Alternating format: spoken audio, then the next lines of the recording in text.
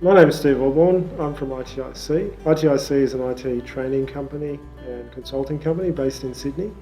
We do work with UTS Sydney, University of Technology, and we partner with them or collaborate with them on short courses around cybersecurity, IT career transition and technology entrepreneurship. We've been working on certification training since 2001, providing people with the ability to enter or improve their career prospects in the IT industry.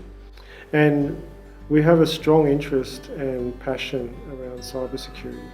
You may have heard of cyber threats, cybersecurity, privacy breaches, credential harvesting. For someone who hasn't been exposed to the industry or understands what that all means, it can be quite confusing. The risk that organisations face, it's I suppose a threefold potential risk. There's three main types of groups. Okay, one is the individuals, the people, the kids having fun, just want to see what they can do. The second is the actual businesses, who they're the ones that are going to invoke a ransomware attack or have something that's going to give them some sort of financial benefit, and that could be credit card details, it could be selling usernames and passwords on the dark web, and that would be something that they actually get a financial benefit out of. And then obviously the major one, which we don't like to talk about, is state-sponsored attacks, and they're on a much higher geopolitical level. But for businesses, I mean, the one that they really need to be concerned about is the one in the middle, where you have a group of people who are looking to get financial gain out of penetrating your organisation. When you look at security, there's actually a number of aspects. One is the network security, and the other is the cyber security. So traditionally, organisations would just look at network security as the main issue and the main thing that would need to be addressed. And basically what that entailed is throwing a ring around the organisation that included firewalls and having a multi-layer, I suppose, onion approach, as they call it, where you have a multi-layer approach that protects from the outside in. The problem now with cybersecurity is it's actually happening at the user level. So your staff are your biggest asset, but they're also your biggest threat in some ways. If they're not engaging in the cybersecurity processes and in the cybersecurity training and understanding that they are actually a risk to the organisation if they click on that email or click on that link, or don't have strong passwords, all of the things that come in from a security perspective that are outside of the normal traditional network security environment, that's the thing that we need to push forward with. Now, for someone coming from a non-technology background who has heard about cyber threats and cyber security but doesn't really understand what that all means, there's a few things that you need to consider, especially if you're a business owner or you're a startup entrepreneur, or even if you're an established business owner. So the first thing that you need to be aware of is around passwords, basic password maintenance, changing your passwords regularly, making sure that your passwords are as many characters as you can make your password through that application. Make it that if it's 15 characters, make it 15 characters. If it's 25 characters, make it 25 characters. Those passwords and the password policies that you see when you log into an application, they're there to protect you. So the more characters, the less likely you are to get hacked.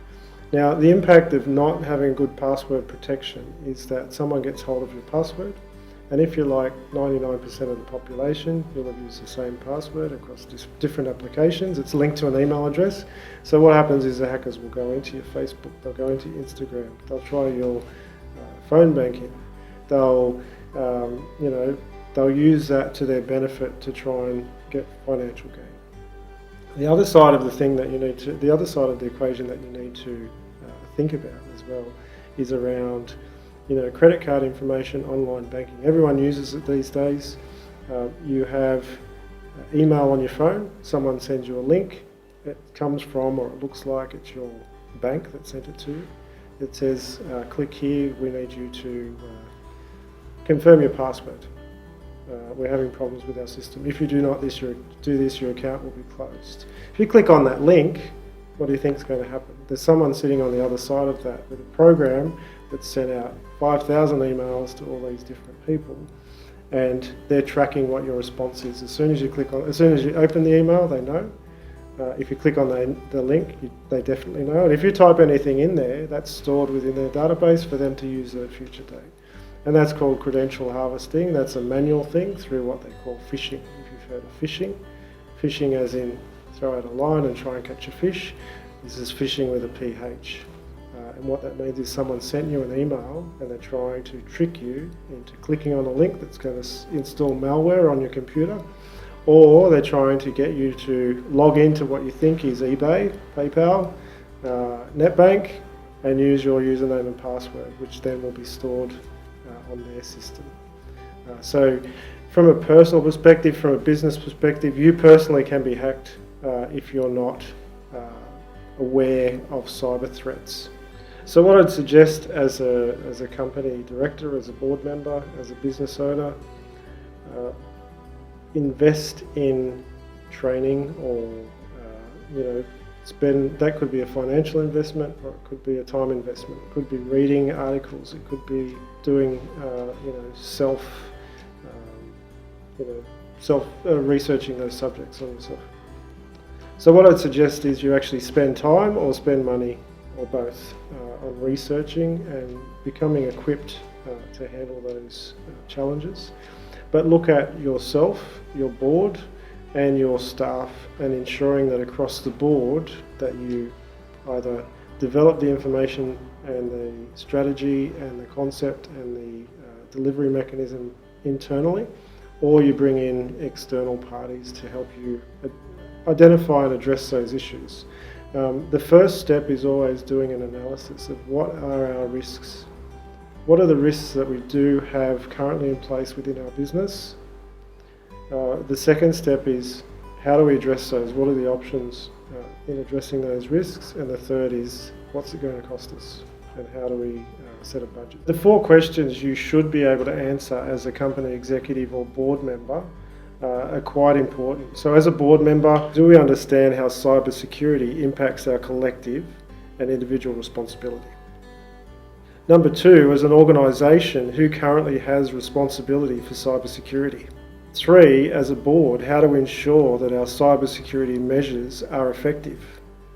Number 4, as an organisation, do we have a process that ensures that our cyber risk is integrated with our business risk? So organisations that have both a strong network security policy, which most organisations do, but also a strong cybersecurity policy that covers all of the different aspects of the cybersecurity framework. The difference between those organisations, I think, ultimately would be the ones that don't have that in place are the ones that we're going to hear about in the news.